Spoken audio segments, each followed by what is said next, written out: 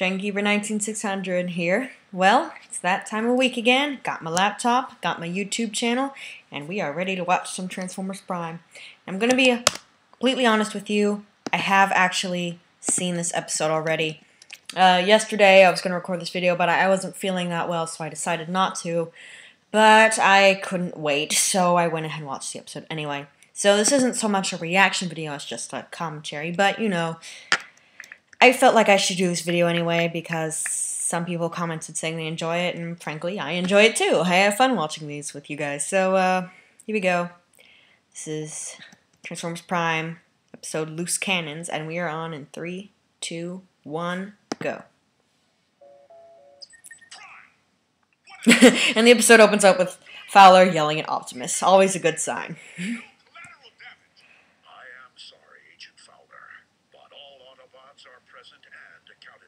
Yeah. Is that can't just start yelling at someone without really explaining what you're yelling about. There has been plenty of infighting lately. Megatron can't seem to keep his ranks in line. Oh, can't he now? Can't really see anything. I don't know. They jumped aside, it can't be Skyquake. You and Optimus pounded him into the ground. Before Starscream yanked him back out as some kind of undead Terracon. Then he got stuck between dimensions and... Oh, yeah, she said Terracon. That's the first time. The fans have known that word for a while. Terracon refers to the zombies, but that's... RC's usage is the first time it's actually been used in the show. So, that's notable, I guess. Okay, Fowler, I swear, you lean way too close to the camera sometimes. Little in my space there. So, yes. Opening title.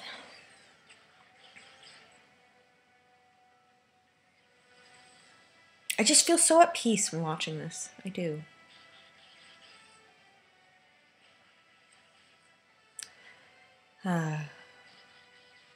It's the little things in life.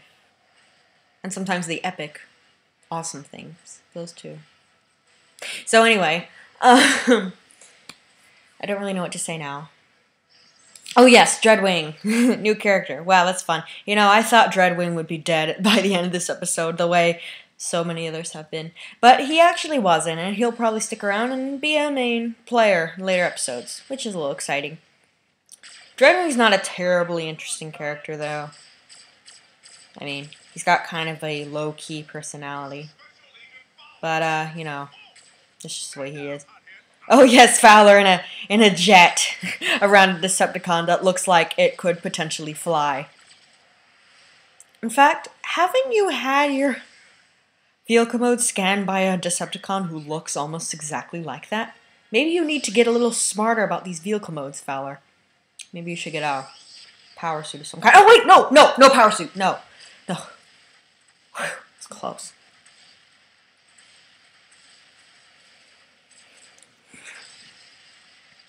If Bulkhead had actual guns, you know he would totally shoot them sideways. So would RC, come to think of it. Maybe, sometimes.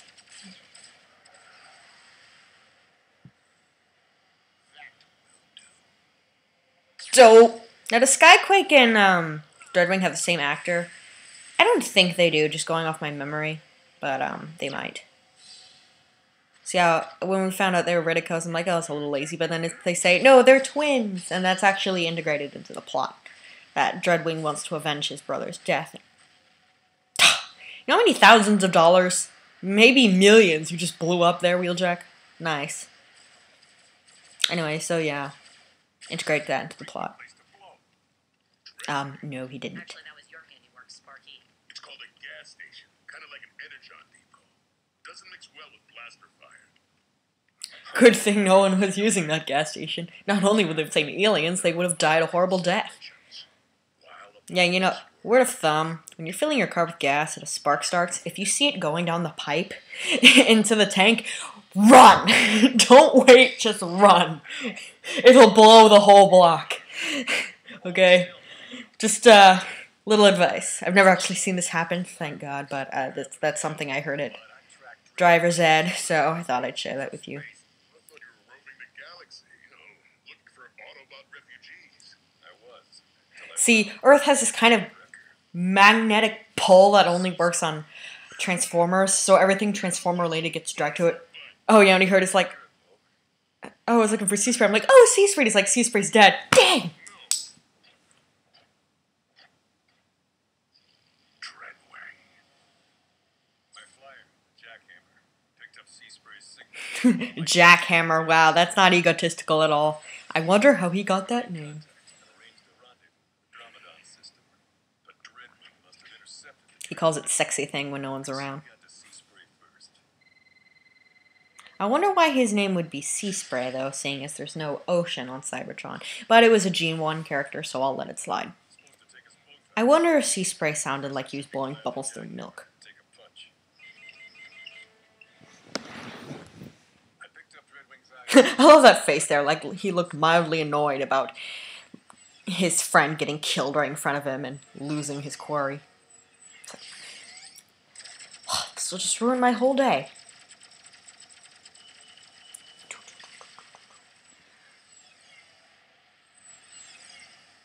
Dogfights.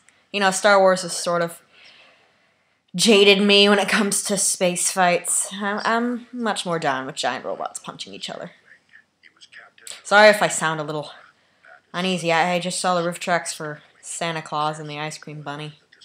And you know what that movie does to the human brain. And if you don't know what that movie does to the human brain, you are a blessed, blessed individual and you should continue on your current path. Gonna be his last.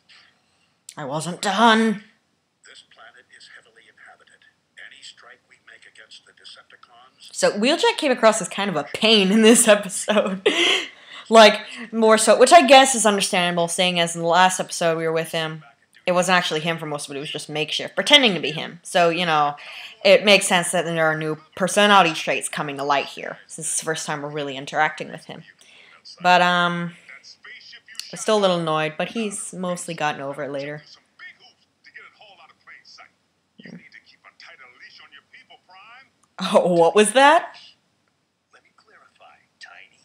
Yeah, that was a little much, Fowler. One of Optimus Prime's people. Look at Fowler here. He is not intimidated by the huge, very irritated robot hulking over him. With your permission. Of course. Go on. So, the new guy has a little problem with authority. Wheeljack. No, I don't. Go to hell. A combat unit that operated outside of the normal chain of command. He's a merc.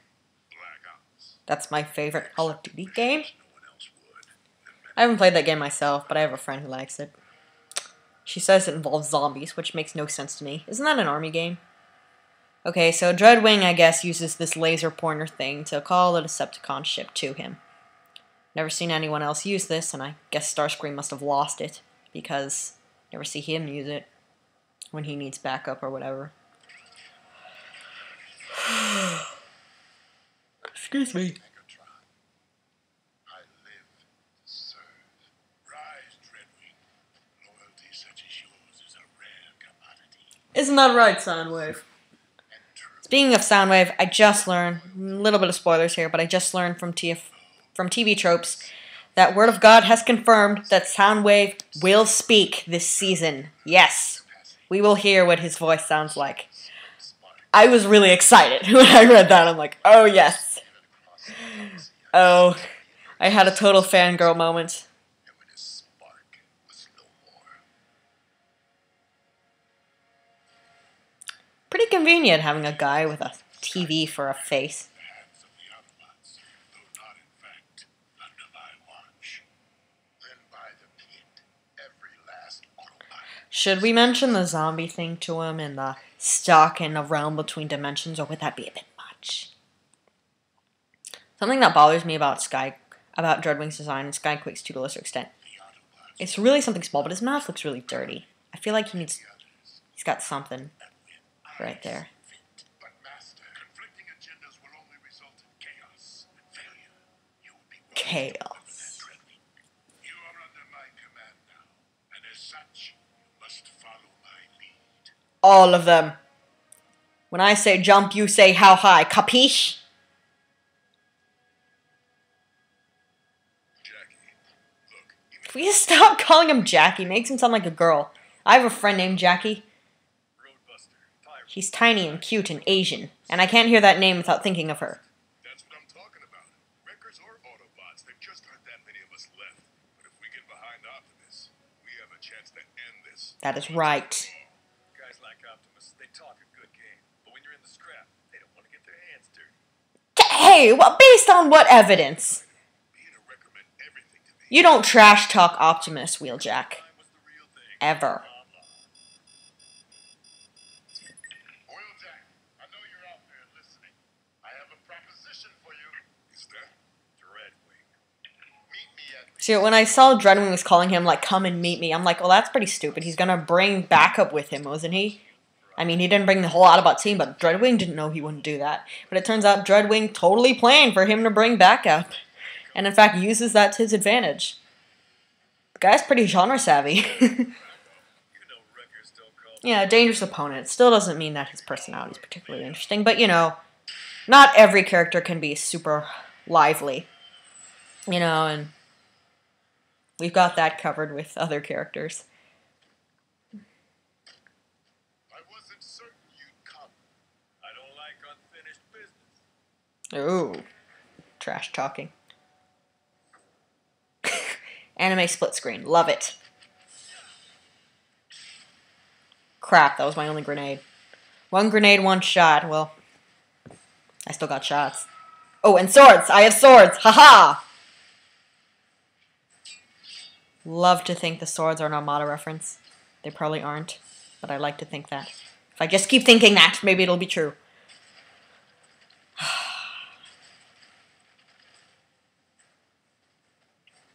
Meanwhile, Starscream's running around in the trees, vainly trying to jump high enough to get altitude. Did he just jump over an explosion? Is that really doable? And there he just waited patiently for the explosion to get finished. Your explosives aren't very high quality there, Dreadwing. I do like that's one nice detail that you could see the glare from Dreadwing's optics against his face. Because it's dark, so the light would stand out more. That is a nice touch. This animation's really good. I mean, I know that's redundant by now. I've probably commented on that already, and tons of other people have, and this thing got nominated at the Emmys, and might have even won. I'll have to check for its animation, but still, it's worth noting.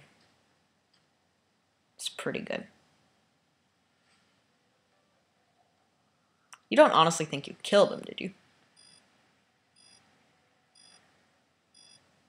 Bulkhead signal over 1,000 miles from here, and I would have to imagine that. I just remembered he didn't. He doesn't think that he killed him. He just saw leverage as it was.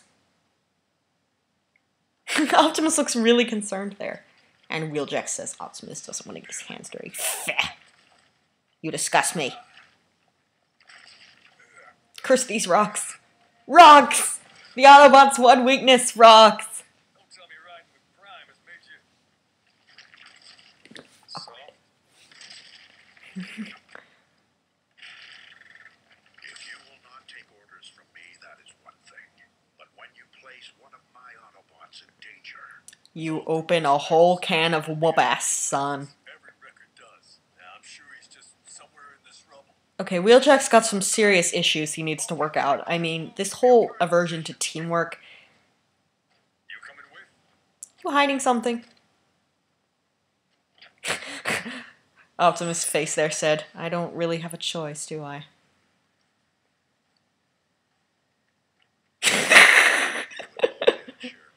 I love awkward moments. Especially hilariously awkward moments. Not unintentionally awkward, like you get in the room, but like, you know, this.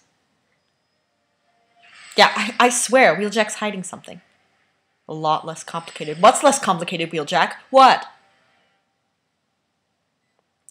Got some insecurities, I think. population. Remember, Glass doesn't feel punched on mix. Our boy's just up ahead. Wait, we have a badass character named Wheeljack involved in a revenge vendetta in an abandoned factory that could explode when a stray shot with another Autobot being held hostage. Am I the only one having serious flashbacks here? This can't be just me, right? Oh boy. You got yourself a heap of scrap this time. Wife's not gonna be happy about this. Better get to work. Have you defused one of these? I'm surprised no more people haven't commented on this. The eyebrows on the Transformers in this show are huge. Like, Transformers animated had the chins, right? This show is eyebrows. I don't know why more people haven't commented. Look at Wheeljack's eyebrows there. Massive.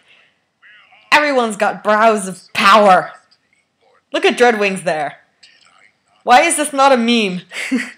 I don't understand this. Wonder Master, but it is my hope that vanquishing Optimus I love this scene. will earn your respect. Is Megatron's arm missing there, or is it just out of sight? Disposed of, as I keep trying to explain to all of those. I've told Steve like 10 times, but he won't believe me.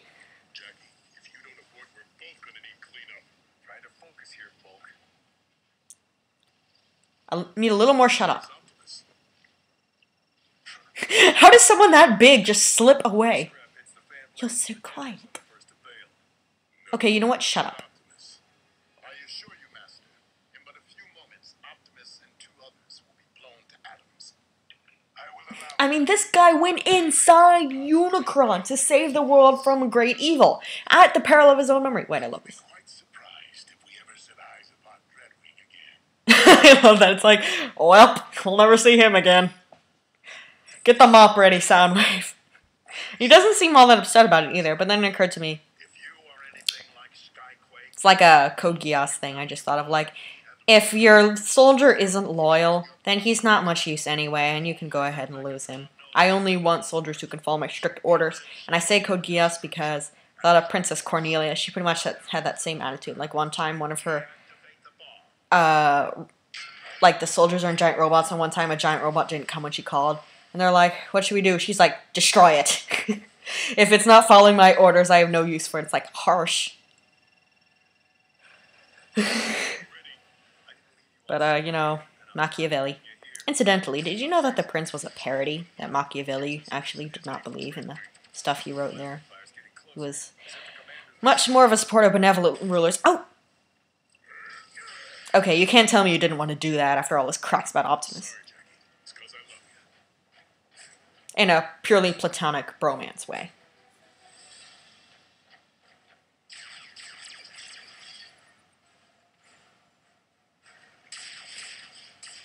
What would be the term for a romance involving girls, but like platonic? Like a female bromance.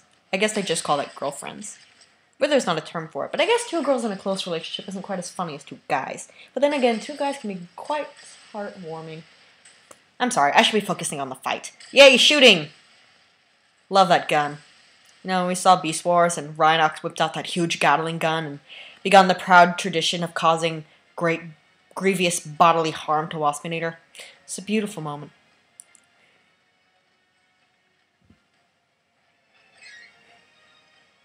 It's like a maze. It would be great if Dreadwing and Bulkhead accidentally ran into each other. Sorry, fishies. I always liked you! Sorry, fishies. That line's not very serious. I guess it was a way to reassure the audience that no, Bulkhead's fine. From a storytelling standpoint, of course. In universe, he's got a bomb that's ticking strapped to his chest, but, you know, it's fine. It's like in the Transformers the movie in 1986, where, like, Grimlock starts asking Cup about Petro Rabbits, and that was your cue that this is a lighthearted moment, and probably no one's going to die. At this moment! Can't speak for earlier or later, but at that moment, they were safe. Relatively speaking. Come out, wherever you are. Seriously, look up! You fly! Why didn't you look up? I love how he shoots instead of moving out of the way. First response, I guess. Dreadwing, defuse the bomb, or fall victim to your own device. I don't think he minds. Bulkhead doesn't like being in this position. Myself to avenge my brother. Then we will, in turn, gladly join the Allspark with our brother. And with you. You'll never shake us. Bulkhead really does not like being in this position. First time I saw this, I'm like, this isn't gonna work, guys.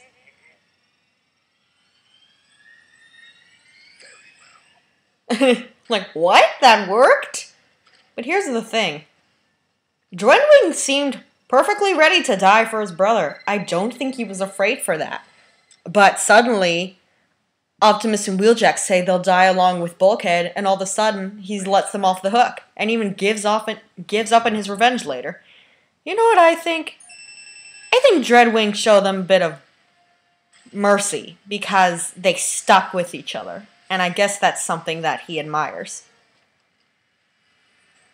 Not saying that means he's gonna jump ship, but he's definitely, I think he's got more of a nobler side of his personality. You know, now that I think about it, Dreadwing is a pretty three-dimensional character. Maybe I was a little harsh on him earlier. And I'm glad that he stuck around, honestly. I'd like to see where his character arc goes. Which is all very well, but... What about Starscream? Where's he been? Fill us in, show! Like how Skyquake said that he was a seeker once. See, he gave up in his revenge. I guess because he didn't want to...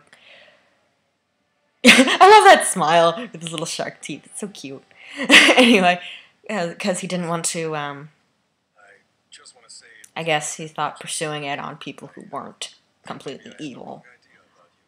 Thought it was a waste. Anyway, I'd like to see maybe if he turns a little spiteful towards Starscream, because he mentioned being a seeker, so it's like Starscream was a band of seekers, so did they know each other before? Seems likely. I don't let other men touch me. This, apart from Bulkhead, of course. Yeah, buddy. Then again, we do have limited space. Not sure if I'm ready to give up my freedom just yet.